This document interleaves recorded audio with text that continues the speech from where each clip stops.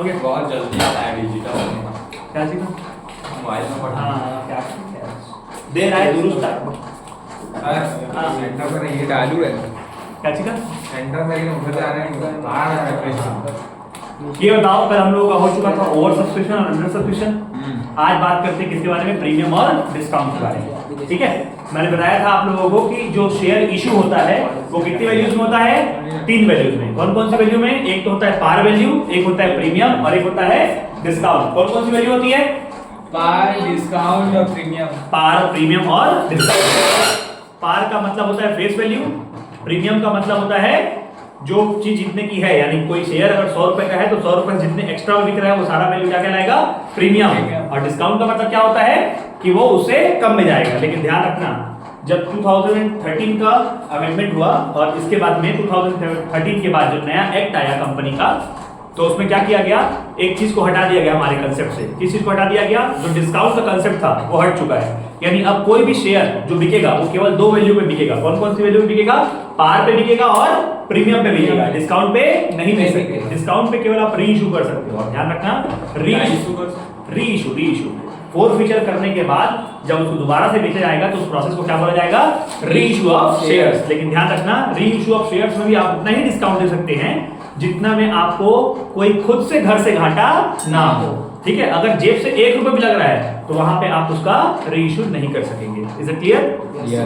तो ध्यान सुनना, अब बात करेंगे इसके बारे में, 2 वैल्यूज के बारे में, एक तो पार और प्रीमियम। पार आप लोग अच्छे तरीके से समझ चुके हैं। अब बात करते हैं प्रीमियम के क्वेश्चंस के बारे में। इसके बारे में प्रीमियम का मतलब होता है एक्स्ट्रा वैल्यू चार्ज करना है। ध्यान सुनना, क्वेश्चन कैसे बनेंगे। जैसे मान लीजिए क्वेश्चन दिया हुआ है कि एक व्यक्ति है अरुण, अरुण की कंपनी है अरुण लिमिटेड।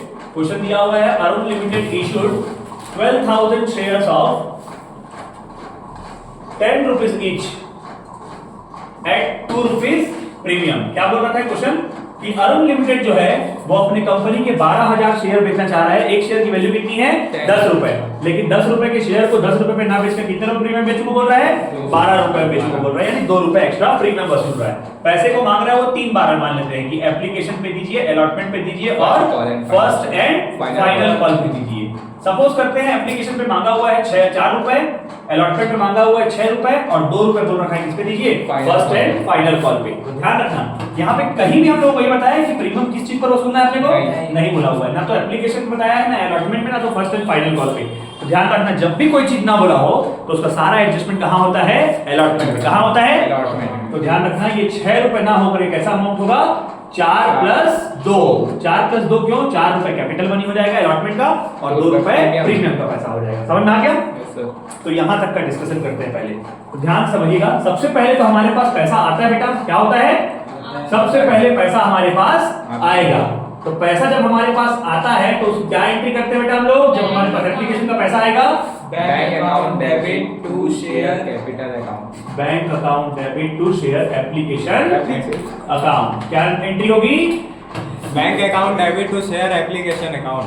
तो सबसे पहला एंट्री होगा हमारा पैसा आने का। किस चीज का पैसा आएगा हमारे पास? एप्लीकेशन का पैसा आएगा। तो क्या एंट्री करने वाले हैं हम लोग यहाँ पे? Bank account debit to share application account. Share application account. यहाँ पे एक नरेशन लिखेंगे, बिग एप्लीकेशन मनी रिसीव्ड। अच्छा भाई, कितने शेयर पर एप्लीकेशन आया? तो 12,000 शेयर पर आया। पर शेयर एप्लीकेशन मनी कितना है? 4 रुपए। तो 12 चौक 48, यानी हमारे पास टोटल 48,000 रुपीज आया होगा। अब इस पैसे को ट्रांसफर मारेंगे। जब ट्रांसफर करते हैं, ट्रांसफर करने की एंट्री क्या होती है? Share application account debit to share capital account. क्या लिखेंगे बेटा? Share application account debit to share capital account.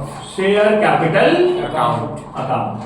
फिर से बताएंगे कि 12,000 पर 4 रुपए के हिसाब से जो 48,000 आया वो पूरा का पूरा क्या हो गया? ट्रांसफर हो गया। अच्छा बताइए, अब जो थर्ड एंट्री होती थी अभी तक वो क्या एंट्री होती थी? फटाक से बताएंगे। Share allotment account debit to share capital account. Share allotment account debit to share capital account. To share capital account. ये एंट्री होती थी, नॉर्मल एंट्री हमारी। अच्छा बताइए, 12,000 जो शेयर्स थे उस पे पर शेयर अलॉटमेंट का पैसा कितना है? 6 रुपए। तो कुल मिलाकर के 12,000 × 6 72,000 हमारे पास आने हैं। बट इसमें जो कैपिटल मनी है वो कितनी है? ₹4 और ₹2 क्या है बेटा? Premium. प्रीमियम। तो कैपिटल मनी को तो कैपिटल में डाल देंगे कि 12,000 शेयर पर ₹4 के अकॉर्डिंग हमारे पास 48,000 आने हैं। किस चीज के आने हैं? अलॉटमेंट की कैपिटल मनी आनी है। लेकिन ₹2 क्या है इसमें? प्रीमियम। अब प्रीमियम हमारे लिए बताइए, सोच के देखिए, अगर आपकी ये कंपनी है तो आपकी कंपनी के लिए प्रीमियम फायदा है या नुकसान है? फायदा है। फायदा जनरल एंट्री में कहा जाता है? नॉमिनल अकाउंट में क्रेडिट साइड। कहा जाता है? Credit side. बस बेटा यहाँ पे एक नाम लिख देना, to security premium reserve account. क्या नाम डाल देंगे? SPR। क्या लिख देंगे? बताइए 12,000 शेयर पर ₹2 पर शेयर के हिसाब से कितना रुपए हमारे पास एक्स्ट्रा आएगा? 24,000। ये तो हो गया पैसा मांगने का। ध्यान रखना, प्रीमियम को केवल मांगते समय ही शो करते हैं। किस समय शो करते हैं? जब कॉल ड्यू किया जाएगा उसी टाइम पे खाली प्रीमियम को शो किया जाएगा। जब पैसा मिलेगा तो उस टाइम पे इसको प्रीमियम को शो नहीं करना है। समझ में आ गया? तो बताइए इसकी चौथी एंट्री जो होती थी पैसा मिलने की, क्या होगी? Bank account debit to share allotment account. Bank account debit to share allotment account. To share allotment account.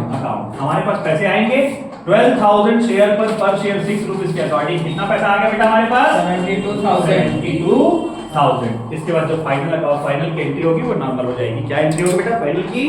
Share first and final call account debit to share capital account, और उसके बाद हो जाएगा bank account debit to share first and final call account. बात समझना भी? चलिए